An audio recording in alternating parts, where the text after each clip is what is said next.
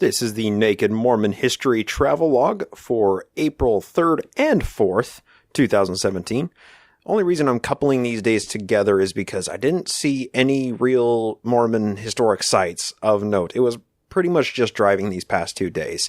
But there was one exception to that. I went to, on the 4th, I went to the Isaac, Hale, and Emma and Joseph Smith farm, which is just in what is used to be Harmony, Pennsylvania. Now it's called like Octawana or something like that. I don't know. I don't know how they pronounced it or spell it. I punched it into my Google Maps and it took me there. So essentially what happened with this plot of land, the history behind it is fascinating to say the least. This is where Joseph courted Emma when he was hired by Josiah Stowell.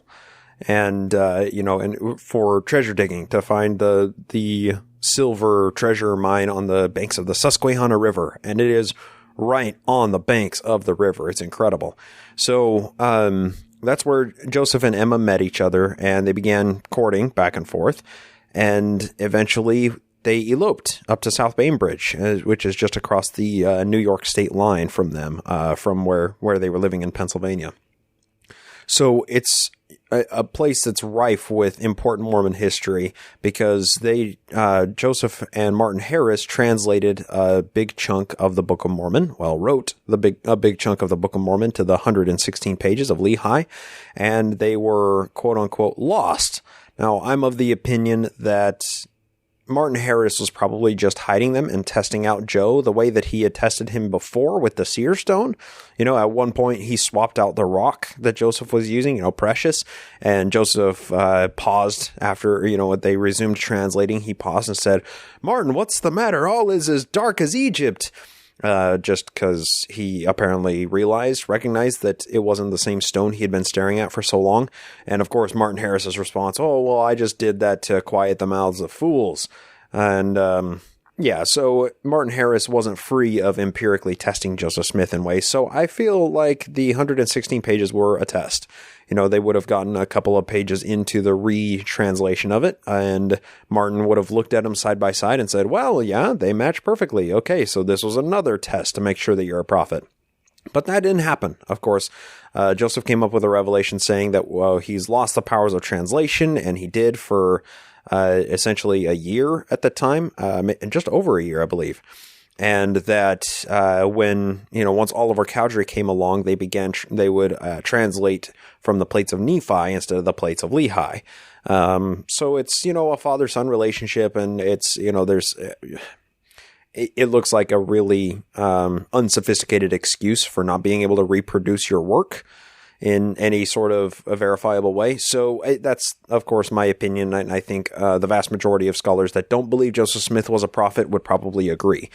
That being said, everything with the Book of Mormon, the majority of it was translated on the Hale farm just before Joseph went up with Oliver Cowdery to live with the Whitmers to translate the rest of it.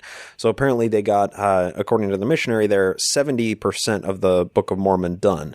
And they had begun at Mosiah 2 and translated probably through all of Ether and Moroni and finished the book essentially. And then when they went up to Fayette, that's when they translated the quote-unquote small plates. And that was First Nephi to Enos, or Omni, or whatever that is, to Mosiah 1, the book right before Mosiah 1. So, this little tiny farm plot in Harmony, Pennsylvania is surprisingly paramount to Mormon history and to the foundation of the Book of Mormon. And, it's interesting to see, like, Isaac Hale's affidavits. He had an affidavit that was included. It was published in the paper, I believe, in 1835. Basically saying that he does not like Joseph Smith, that he doesn't like his work, that he thinks he's a vagrant, and essentially he doesn't want Joseph and his daughter to court. But, he was a dad, and a dad can't control a daughter's love, so he had to kind of accept it. But Isaac Hale put the caveat on Joseph and said, "Hey, if you give up this Golden Bible business and actually do some work around this place, then I will help you get into business." And that was a reasonable proposition. Joseph should have been a businessman, but he was far too lazy. So instead, he went about with the gold Bible business. And here we are today. So they were forced to move out of the Isaac Hale home and into the, I believe it was a Jesse Hale or Alva Hale. It was one of Emma's older brothers. She was the seventh out of 9 children, I believe. So she was one of the younger daughters. And they had built, one of her older brothers built this little tiny, just like a log home on the farm, just, an eighth of a mile up the road from where the Isaac Hale home was. And they just bought that essentially from Isaac Hale. Now, I said during the tour, and this was kind of fun with the tour guide. She was a sister missionary, and she was, doing a good job. She knew the history fairly well, so she was able to carry on a good conversation. And there was hardly anybody there, so it was just me and like 2 other people going through in this tour group. So we were able to really get into discussions. But when we first started talking about them moving north a little ways to that little home, Joseph signed a note, an agreement with Isaac Hale that he would pay him the agreed upon amount for the building. I believe it was in the realm of $200 to $250, something like that. So Isaac Hale agreed, Joseph agreed to it, and he signed it. And that I said in passing that I'm pretty sure that bill was never paid. And the sister missionary kind of looked at me a little scornfully and just continued on with what she was saying, and ignored essentially completely what I had said. And then we got on to a later point in the tour, and she said, so he actually did pay back that bill. So I don't know where you heard that. And I said, oh, okay. Interesting. I wasn't aware of that. Because really I wasn't. I don't know if I had heard that he did or did not pay the bill. I hadn't looked into it, I guess. So she said that he eventually, after Joseph moved to Kirtland, he was able to get a loan from somebody and paid that loan to Isaac Hale, and then he supposedly paid the somebody off over time for that loan to pay off the Hales. So he eventually did pay the bill. That was kind of a new thing for Joseph Smith, from my understanding. So, it's an interesting little plot of land, and the church recently, back in the 1960s, they put this monument down as the priesthood restoration site, because this is supposedly where Joseph and Oliver baptized each other in the Susquehanna River, and that's when they were given the Aaronic priesthood for the purposes of baptism.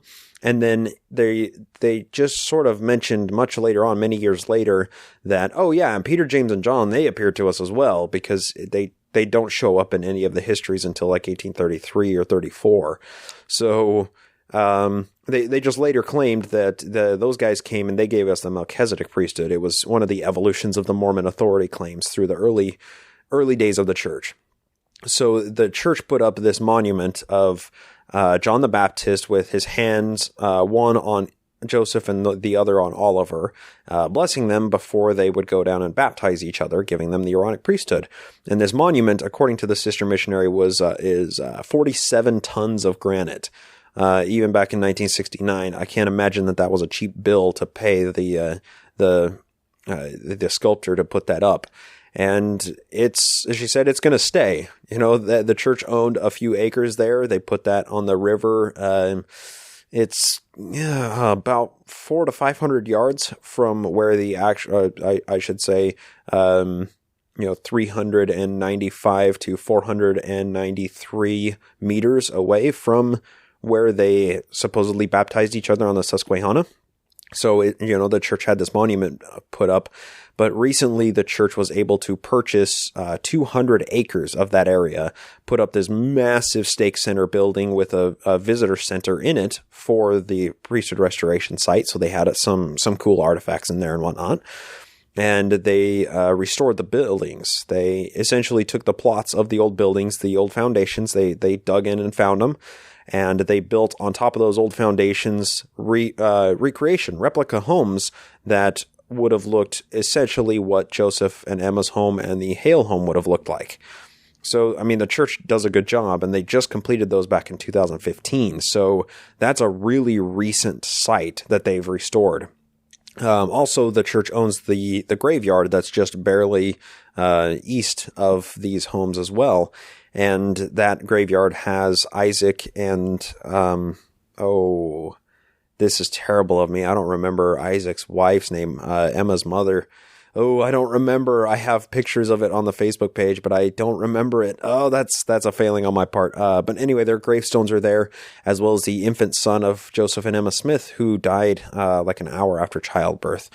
So those gravestones, iconic grave markers are there in that cemetery. So this is a new site in the Mormon tour. They've, according to the sister missionary that had been there almost 2 years. So she was, her and her husband are right at the end of their 2-year stint. And she said, last year we saw, I think it was like 90 visitors in March or in April. And now already they've seen like 300 or 400 this early on in April. So obviously more people are stopping at the Priesthood Restoration site. But it was interesting to show, just really blatantly exhibit the financial influence that the church has. Because there was a main road running in between these two buildings. And the church didn't want that. They wanted it to be, a tourist attraction.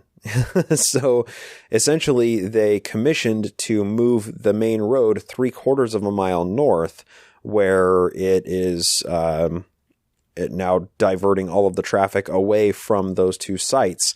So there aren't cars roaring by as they're trying to give these tours that might, inhibit the spirit.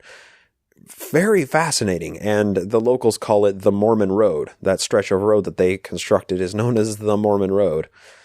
The church threw a lot of money into this site. So, I'm glad that I stopped by, being such a new site. That being said, that was the only Mormon history attraction that I saw.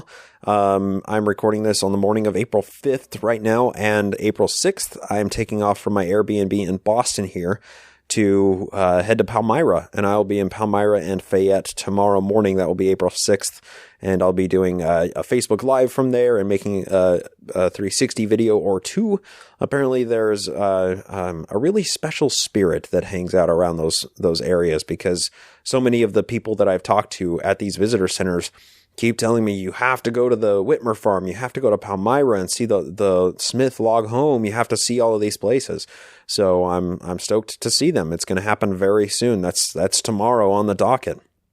One other thing that I did today, it hasn't been all just driving. I've been working as well.